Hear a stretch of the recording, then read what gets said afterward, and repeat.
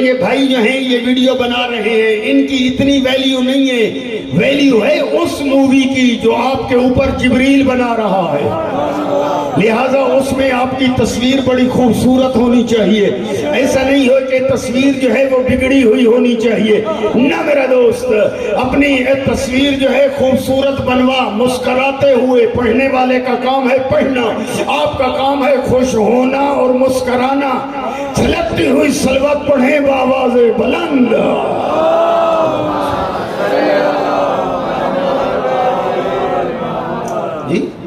جب اللہ نے اس نور اول کو خلق کیا، علامہ باقر مجلسی کی کتاب ہے حیات القلوب، ذرا دیکھیے اس کے اندر یہ جملے درج ہیں کہ مختلف حجابات میں اس نور اول کو رکھا گیا، اور ان مختلف حجابات میں اس نور اول نے تسبیح پڑھی، ہزار سال وہ پوری مدت بھی لکھی ہے، تسبیحاں بھی لکھی ہیں، پوری ڈیٹیل لکھی ہے، دوستو ضرور دیکھیں۔ اور پھر آخر میں اس نور اول نے سجدہ کیا، سجدہ ہوا طولانی، عالم انوار کی بات کر رہا ہوں، عالم مادیت کی بات نہیں کر رہا، عالم انوار میں پیشانی پہ پسینہ آیا، لیکن وہ پسینہ عالم انوار کا تھا، یعنی عالم انوار میں نورانی پیشانی پر نورانی پسینہ آیا، اور جب اس کو صاف کیا تو اس کے قطرے بنے، ایک کم 1,24,000۔ چپ چاپ ساتھیوں عرض کر رہا ہوں، دنیا یہ سمجھے کہ شیعت کے نزدیک مقام رسالت کتنا بلند ہے کہ جب عالم انوار میں نورانی پیشانی پہ نورانی پسینہ آیا، صاف کیا تو قطرے بنے، ایک کم 1,24,000۔ جب صاف کیا تو ارشاد رب العزت ہوا، میرا حبیب یہ تیرا پسینہ جو ہے معمولی پسینہ نہیں ہے، میں تیرے پسینے کے ایک ایک قطرے سے ایک ایک نبی پیدا کروں گا۔ اب ذہن میں اب یہ ذہن میں جملہ ٹکنا چاہیے کہ آدم سے لے کر عیسیٰ تک یہ ہے آخری نبی کا نورانی پسینہ۔ مدینہ سیدہ والے مومن کمی سے کیا سنو گے شان رسالت کہ آدم سے عیسیٰ تک یہ ہے آخری نبی کا نورانی پسینہ۔ ارے جس کے پسینے کا نام ہو یوسف،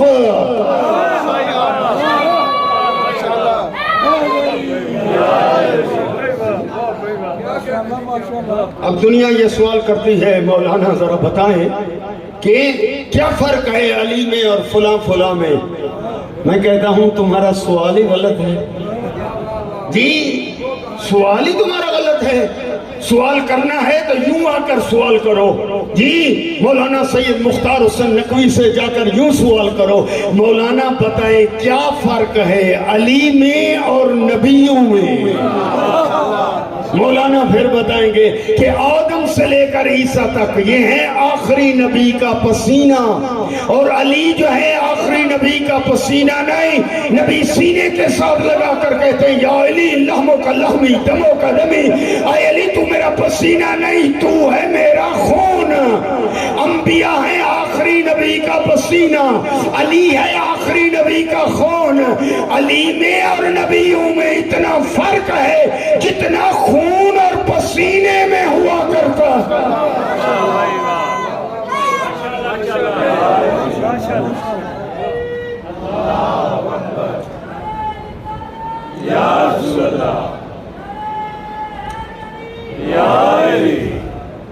آئیے شان رسالت، اور پھر شان رسالت جتنا میں نے عرض کیا کہ بیان ہوگی، اور دنیا کے ذہنوں میں مقام رسالت جو ہے دل میں جگہ یہ مقام کرے گا تو تب پتہ چلے گا کہ اولنا محمد اور آخرنا محمد۔ جی تشنا موضوع کو نہیں چھوڑنا چاہیے جی۔ آئیں اس امام صادق کی جی فضیلت کا بھی ایک تذکرہ ضرور ہو جائے، جو ذہن تیار ہیں تو چھلکتی ہوئی صلوات پڑھیں بآواز بلند۔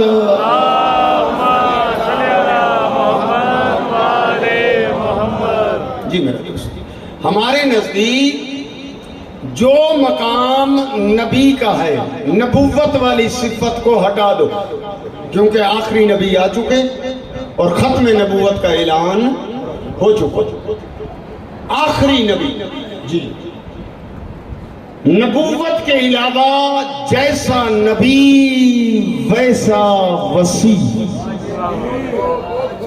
یعنی جو فضائل و صفات نبی کے وہی صفات و خصائل اس کے وسیع۔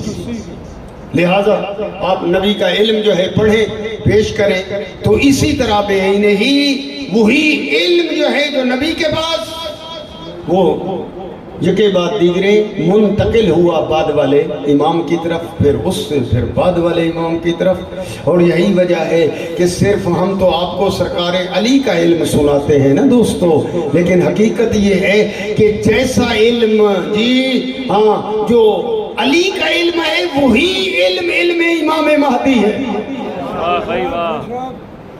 جو صفات اور فضائل نبی کریم کے نبوت والی صفت ہٹا دے تاکہ کوئی بعد میں اعتراض بھی نہ کرے اور حقیقت کی مس یوز بھی کبھی نہ ہونے پائے۔ یہ مسئلہ جو ہے کلیئر پہنچنا چاہیے۔ اور ہمارے نزدیک حضرت آدم سے لے کر حضرت عیسیٰ تک آخری نبی کے علاوہ سرکار علی سب نبیوں سے افضل ہیں آخری نبی کے علاوہ، اس لیے کہ نفس رسول ہے علی۔ اور یہ قرآن کی آیت ہے انفسنا و انفسکم، ایک باب ہے پورا چیپٹر ہے جس کو پڑھنا چاہیے۔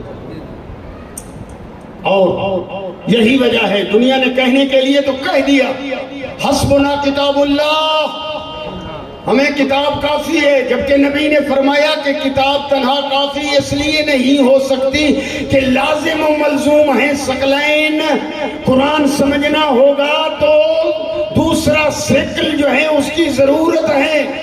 اور یہی وجہ ہے دوستو، میں کیا آپ سے یہ سوال کر سکتا ہوں محبت سے مناظرے سے ہٹ کر، جی اللہ نے یہاں یہ راز رکھ دیا ہے قرآن میں کہ نماز کا حکم اللہ نے قرآن میں دیا، لیکن رکعتیں جو ہیں قرآن میں بیان نہیں کی۔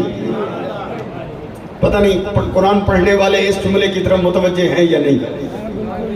روزہ جو ہے بالکل واجب، کتب علیکم الصیام، پر روزے کے احکام، جزیات، واجبات، محرمات، مکروہات قرآن کے اندر نہیں رکھے۔ زکوٰۃ کا حکم قرآن میں آ گیا کہ الصلاۃ وآتوا الزکوٰۃ، لیکن زکوٰۃ کی جزیات جو ہیں وہ قرآن کے اندر اللہ نے بیان نہیں فرمائی۔ کیوں؟ تاکہ دنیا کو محتاج کر دیا کہ قرآن سمجھنے میں در اہل بیت پہ آئے۔ اور یہی وجہ ہے قرآن میں جتنی آیات ہیں، ٹھیک ہے اس ٹائم آپ سب کو قرآن پڑھنا چاہیے، اور قرآن کے جتنے مطالب جی مجمل تھے یا مبہم اہل بیت کی زبان پاک سے وہ بیان ہو گئے، تفاسیر میں موجود ہیں، اور آپ ان سے استفادہ کریں۔ بلکہ جملے کو یوں بدلوں کہ امام صادق دیکھ کر فرماتے ہیں جی حضرت امام ابو حنیفہ، حضرت امام ابو حنیفہ امام صادق کے شاگرد ہیں، اور خود کہتے ہیں 2 سال جو انہوں نے یہاں علم حاصل کیا، کہتے ہیں لولا السنتان لہلک النعمان، اگر وہ 2 سال نہ ہوتے جو میں نے امام صادق کی شاگردی میں گزارے ہیں میں ہلاک ہو جاتا۔ امام مالک بھی شاگرد ہیں امام صادق کے، یہ مدینے کے ہیں، اور امام ابو حنیفہ بھی۔ باقی 2 امام جو اور ہیں وہ انڈائریکٹ شاگرد ہیں، ڈائریکٹ امام صادق کے وہ 2 امام شاگرد نہیں، لیکن آئیں۔ اور امام ابو حنیفہ سے جب کوئی پوچھنے والا پوچھتا ہے کہ آپ کی عمر کتنا ہے،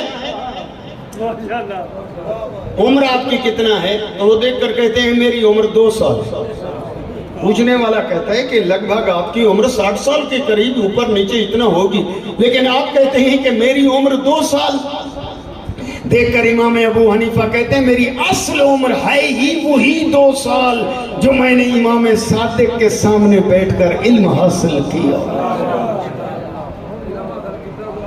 جی وہ ایک علیحدہ چیپٹر ہے، نصیب کی باتیں ہیں آپ کے جی ہاں گفتگو کے لیے میں یہ جملہ عرض کروں کہ امام ابو حنیفہ سے امام دے کر فرماتے ہیں، میں نے سنا ہے کہ آپ اہل عراق کو فتویٰ دیتے ہیں، احکام بیان کرتے ہیں لوگوں کے لیے۔ حضرت امام ابو حنیفہ فرماتے ہیں، میں بڑے ادب سے پیش کرنا چاہتا ہوں جی، کہتے ہیں ہاں بالکل۔ امام دے کر فرماتے ہیں کہ پھر تیرا مدرک کیا ہے، ماخذ کیا ہے؟ یہ احکام یا عقائد آپ لوگوں کو بیان کرتے ہیں، کہاں سے لے کر جہاں سے لیا جاتا ہے اسے کہا جاتا ہے منبع، مدرک، ماخذ۔ جی کہاں سے آپ لیتے ہیں؟ دیکھ کر کہتا ہے من القرآن، میں قرآن سے لے کر بیان کرتا ہوں۔ امام دے کر فرماتے ہیں کیا تجھے قرآن کا علم ہے؟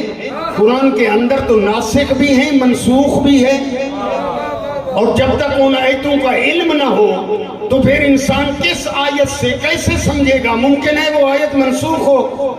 کون تجھے علم ہے کون سی آیت محکم ہے، کون سی متشابہ ہے؟ کیوں؟ اس لیے کہ متشابہ کا ترجمہ جو ہے محکم کو سامنے رکھ کر کیا جاتا ہے۔ تجھے علم ہے کہ عام کون سی ہے آیت اور خاص کون سی ہے، مطلق کون سی ہے اور مقید کون سی؟ کہتے ہیں نعم مجھے علم ہے۔ جی آپ بھی قرآن پڑھتے ہیں؟ امام صادق دیکھ کر فرماتے ہیں اگر آپ کو علم ہے قرآن کی ان آیات کا تو پھر ذرا یہ بتائیں، بسم اللہ الرحمن الرحیم وقدرنا فیہا السیر لیالیا وایاما آمنین۔ قرآن کہتا ہے کہ ہم نے اس خطے کے سفر کو امن قرار دیا ہے، رات ہے تو تب بھی امن، دن ہے تو تب بھی امن، ہر سفر کرنے والا اس خطے میں امن سے سفر کرتا ہے۔ امام فرماتے ہیں ذرا یہ بتا یہ آیت کون سے خطے کو بیان کر رہی ہے؟ دیکھ کر فرمانے لگے مکے اور مدینے کے درمیان۔ آپ جانتے ہیں مکے اور مدینے کے درمیان 480 کلومیٹر کا راستہ ہے جی، یہ وہ ٹکڑا ہے جس کو قرآن جو ہے جی یہی قدرنا فیہ السیر لیالیا وایاما آمنین۔ امام صادق دیکھ کر فرماتے ہیں اگر مراد اس آیت سے مکے اور مدینے کے درمیان والا ٹکڑا ہے تو تجھے علم ہے کہ مکے اور مدینے کے درمیان کتنے حاجیوں کو لوٹا گیا؟ جی آج کل تو یہ سفر جو ہے بدل گئے، یہ بسوں کے سفر اور محفوظ سفر ہو گئے، لیکن پہلے جب پیدل سفر ہوتے تھے تو کتنے حاجیوں کو لوٹا گیا، کتنے مسافروں کو قتل کر دیا گیا، کتنا سامان جو ہے چھین لیا گیا۔ قرآن کیا غلط کہتا ہے؟ کہا نہیں، کہا قرآن غلط نہیں کہتا تو پھر یہ ٹکڑا کون سا ہے جس میں رات کو بھی امن دن کو بھی؟ فرمانے لگے لا ادری مجھے علم نہیں ہے۔ امام دیکھ کر فرماتے ہیں اگر آپ کو علم اس آیت کا اگر نہیں ہے تو ذرا یہ بتائیں کہ قرآن کی یہ آیت بسم اللہ الرحمن الرحیم ومن دخلہ کان آمنا، جو بھی اس کے اندر آ گیا وہ امن پا گیا۔ آیتیں تو آپ کو بھی یاد ہے نا، ومن دخلہ، امام صادق فرما رہے ہیں من دخلہ کان آمنا، جو بھی اس کے اندر آ گیا امن پا گیا۔ یہ کون سی جگہ مراد ہے آیت سے؟ فرمانے لگے یہ خانہ کعبہ مراد ہے۔ تو امام دیکھ کر فرماتے ہیں اگر اس سے مراد خانہ کعبہ ہے کہ من دخلہ کان آمنا تو پھر ذرا یہ بتائیں کہ پھر عبداللہ بن زبیر اور سعید بن جبیر کو یہاں قتل کیوں کیا گیا؟ ان کو تو قتل کر دیا گیا، جبکہ قرآن کہتا ہے کہ من دخلہ کان امن ہے۔ دیکھ کر فرمانے لگے لا ادری مجھے علم نہیں ہے۔ امام فرماتے ہیں پھر قرآن کا علم نہیں اور پھر احکام اہل عراق کو عقائد اور احکام کیسے بیان کرتا ہے؟ دیکھ کر فرمانے لگے کہ میں قیاس سے احکام لیتا ہوں، قیاس سے احکام جو ہے استنباط کرتا ہوں۔ امام فرماتے ہیں کہ تجھے تو علم ہے نا کہ قیاس سب سے پہلے جس نے کی تھی وہ شیطان تھا۔ جس نے کہا کہ آدم کو اے اللہ آپ نے مٹی سے پیدا کیا، مجھے آگ سے، آگ افضل ہے مٹی سے، اس نے قیاس کیا، کہا کہ نہیں میں قیاس سے جو ہے احکام جو ہے استنباط کرتا ہوں۔ امام دیکھ کر فرماتے ہیں اگر قیاس سے ہی احکام شریعت کو تو استنباط کرتا ہے تو پھر ذرا یہ بتا نماز افضل ہے تیری قیاس میں یا روزہ افضل ہے؟ آپ بھی احکام پڑھتے ہیں، مطالعہ ہے، علمی چہرے ہیں میرے سامنے۔ نماز فضیلت میں زیادہ ہے یا روزہ فضیلت میں زیادہ ہے؟ دیکھ کر فرمانے لگے کہ نماز جو ہے زیادہ افضل ہے۔ امام دیکھ کر فرماتے ہیں اگر نماز زیادہ افضل ہے تو نماز ہر مہینے ہر عورت کی نماز جو ہے 8 دن 7 دن رہ جاتی ہے، پاکیزگی نہ ہونے کی وجہ سے نمازیں بھی اس کی رہ جاتی ہیں۔ اگر ماہ رمضان آ جائے تو روزے بھی اس کے رہ جاتے ہیں، اور شریعت کہتی ہے کہ جتنی نمازیں اس کی رہ گئی ہیں ہر مہینے پاکیزگی نہ ہونے کی وجہ سے وہ عورت کو وہ نمازیں معاف ہیں، لیکن روزے معاف نہیں ہیں، روزوں کی قضا واجب ہے۔ اگر نماز افضل ہے تو معافی کیوں؟ روزہ کم ہے تو قضا واجب کیوں؟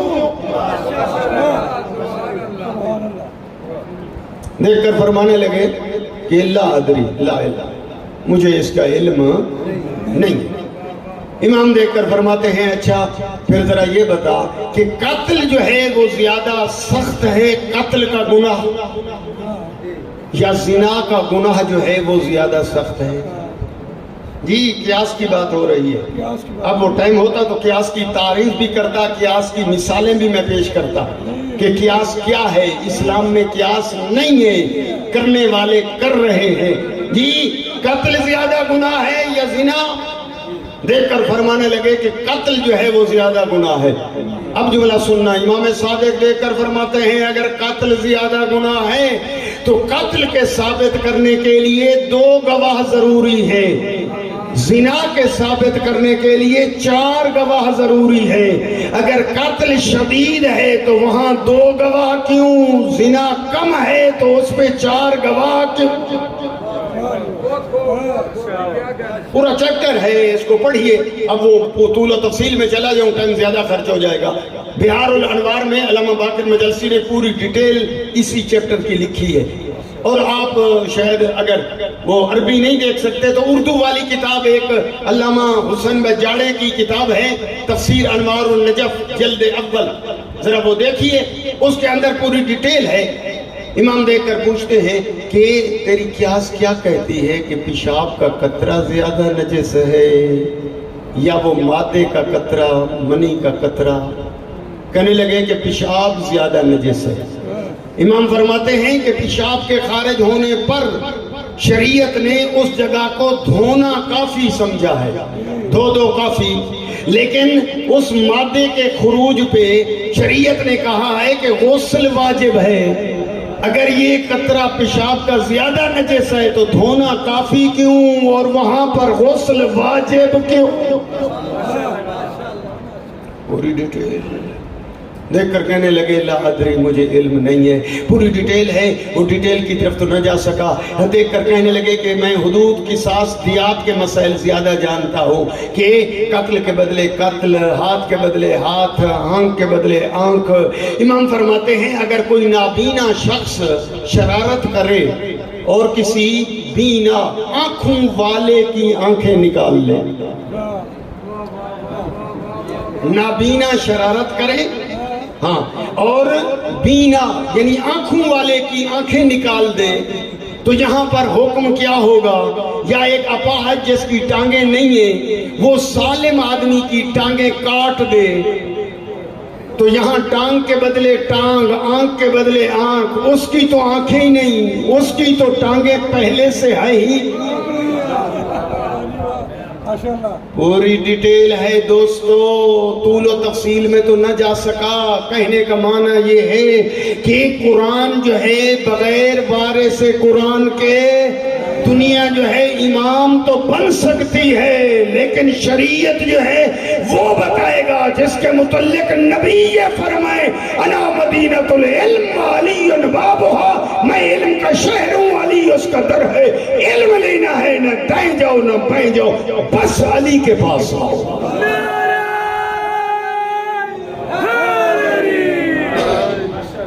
خود امام صادق نے اپنے شاگرد جو ہے وہ تیار کر رکھے تھے، اب وہ طول و تفصیل میں نہیں جا سکتا، لیکن خود پڑھئے گا کہ اب جو بھی آدمی آتا، ایک شام سے بندہ آیا دیکھ کر کہتا ہے قرآن کے متعلق امام صادق سے کہتا ہے کہ میں آپ سے بات کرنا چاہتا ہوں۔ امام دیکھ کر فرماتے ہیں حمران ذرا ادھر ہے، آگے بولا حکم، فرمایا یہ شامی آیا ہے، یہ قرآن کے متعلق جو ہے میرے سے بات کرنا چاہتا ہے، اسے ایسا مطمئن کر کہ کوئی پہلو جو ہے تشنا نہ رہ جائے۔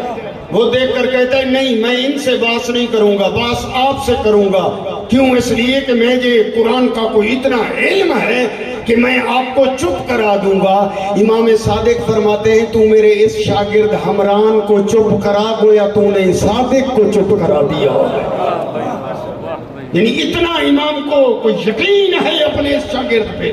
پھر ایک اور آیا ہے دیکھ کر کہتا ہے میں فقہ پہ بات کرنا چاہتا ہوں، فرمایا زرارہ آ جاؤ ذرا اس کے ساتھ جو ہے ذرا بحث کرو، کہتا ہے صحیح میں آپ کے ساتھ۔ امام فرماتے ہیں تو اس کو چپ کرا میں تجھے انعام دوں گا۔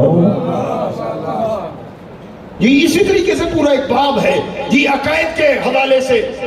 ایک اور آدمی آ گیا بحث کرنے، امام نے فرمایا ہشام بن حکم، یہ شاگرد ہے امام، فرمایا ہشام جو بھی دلیل پیش کرتا ہے یہ ہشام نہیں پیش کر رہا، یہ جعفر صادق پیش کر رہا۔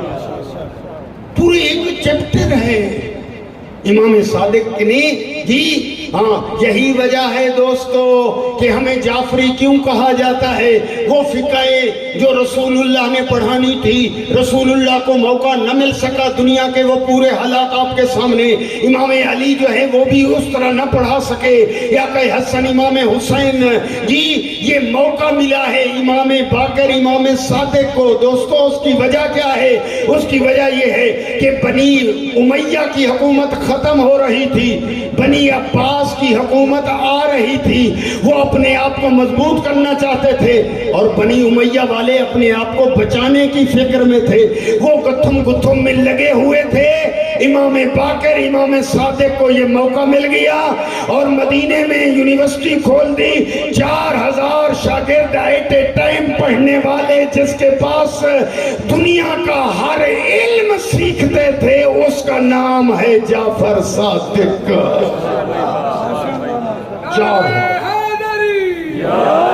جابر بن حیان یہ شاگرد ہے، کیمیادان، سائنسدان، بڑے بڑے، اور وہ ضروری نہیں ہے کہ وہ علم دین، بلکہ جی علم دین کے علاوہ جتنے علوم کی قسمیں تھیں امام صادق نے شاگرد تیار کیے، پورا باب ہے۔ بس میرے دوستو میں کافی ٹائم بھی لے گیا، لیکن پھر گزارش کروں گا کہ آپ کوشش کریں کہ ایسے موقعوں پر جی خود معصوم کی زندگی پر جو کتابیں لکھی ہوئی ہیں وہ ضرور مطالعہ کریں۔ میری